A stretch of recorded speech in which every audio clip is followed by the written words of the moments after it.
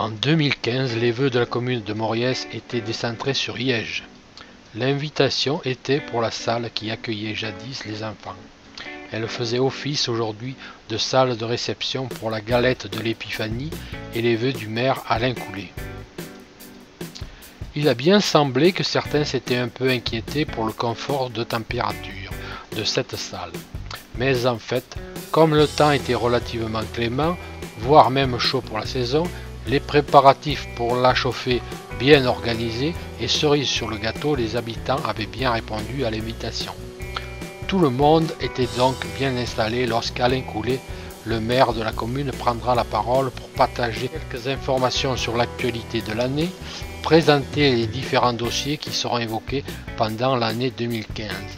Ces moments de rencontre sont importants et permettent de mettre en avant et de soutenir toutes les forces vives du village qui tout au long de l'année s'investissent et permettent d'apporter une dynamique productive fort appréciable.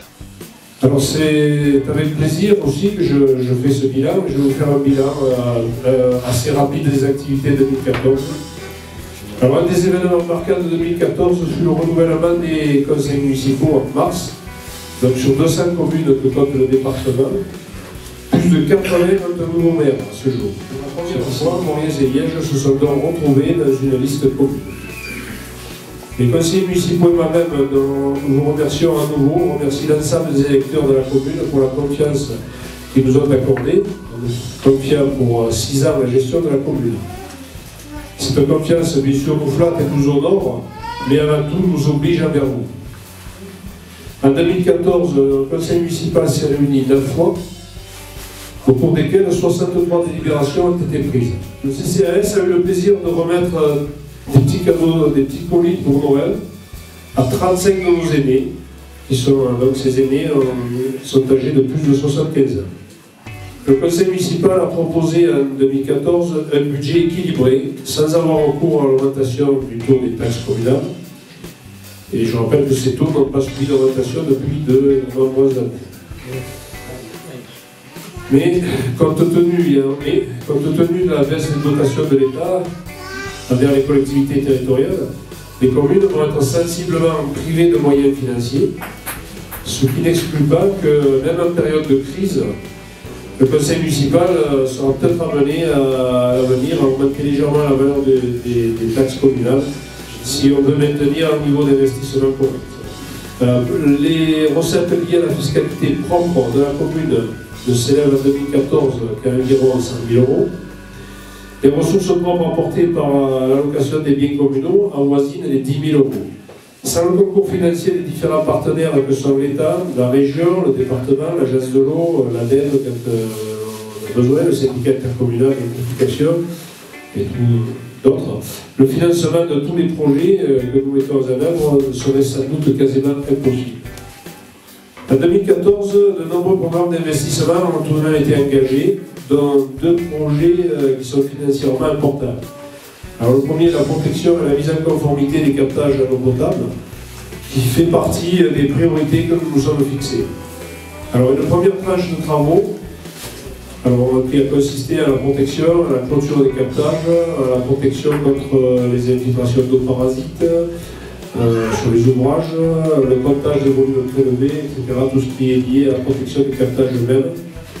Alors pour un montant de 126 249 € hors taxe, ces travaux ont été réalisés durant l'été par l'entreprise MPL. Alors l'agence de l'eau apporte une aide de 30% sur ce projet et le conseil général 30% également. Et pour étaler cette dépense, donc un emprunt de 50 000 € a été réalisé. La deuxième tranche permettra la mise en place d'unités de traitement de l'eau distribuée et le comptage des volumes traités pour chaque unité de distribution. Pour cela, divers aménagements des ouvrages qui abritent les réservoirs vont être entrepris, ainsi que certaines acquisitions de terrain qui seront indispensables. Alors l'intervention à proximité de ces réservoirs nécessite la réalisation d'études de sol et de diagnostic de stabilité des ouvrages existants. Alors ces études ont été réalisées durant l'année écoulée. Les frais liés aux études de sol sont élevés à 7 803 €. et celle de diagnostic de stabilité des ouvrages sur Chalambert sur Font-Gaillarde à 5 165 €. C'est l'école de Moriès, n'ayant fait l'objet d'aucun recours, les travaux ont pu démarrer fin juillet. Les travaux ont été divisés en 11 lots, qui sont réalisés par plusieurs entreprises locales, et toutes les entreprises qui réalisent les travaux sont basées sur le département. À ce jour, le nouveau bâtiment est hors d'eau, hors d'air, et les travaux intérieurs relativement bien avancés, puisque les plafonds, les doublages, les cloisons sont pratiquement terminés, et les travaux de plomberie et d'électricité sont en cours. Je rappelle que le montant estimé des travaux s'élève à 290 442 € et que nous avons obtenu une aide de l'État de 97 138 sur cette opération. Un emprunt de 100 000 € a été contracté pour financer l'opération. L'objectif recherché par la création de ce nouvel équipement est de pouvoir mutualiser cet espace entre les services administratifs communaux, l'agence postale communale, la micro-bibliothèque, et bien sûr dans l'ancienne salle de classe, une salle de réunion et à l'extérieur des secteurs publics modernes. Le service de direction des libertés publiques et des collectivités territoriales nous ont notifié que la somme de 5 470 € au titre des travaux d'intérêt local nous avait été allouée pour l'ameublement de la bibliothèque.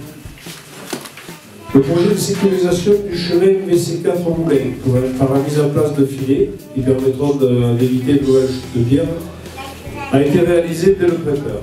Le montant estimé des travaux s'élève à 27 691 € et il a été tenu. Cette opération a été allégée par l'État à hauteur de 35%, par la région à hauteur de 35% aussi, et le Conseil général à hauteur de 10%.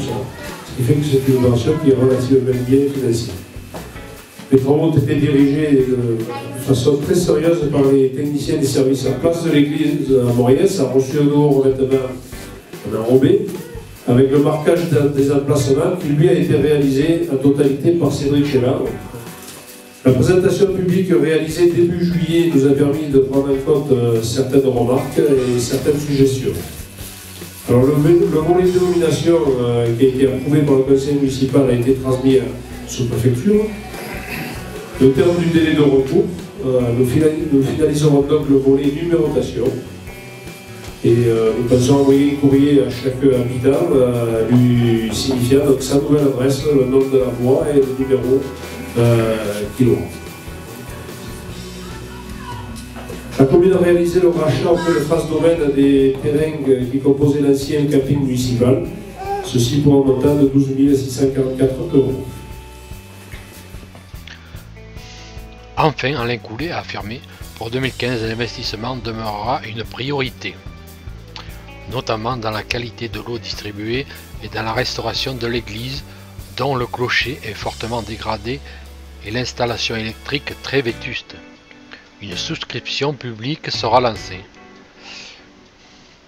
De nombreux autres travaux ont été évoqués, tels que le terrain multisport ou le revêtement du chemin du Gaban, qui seront mis à l'étude en 2015.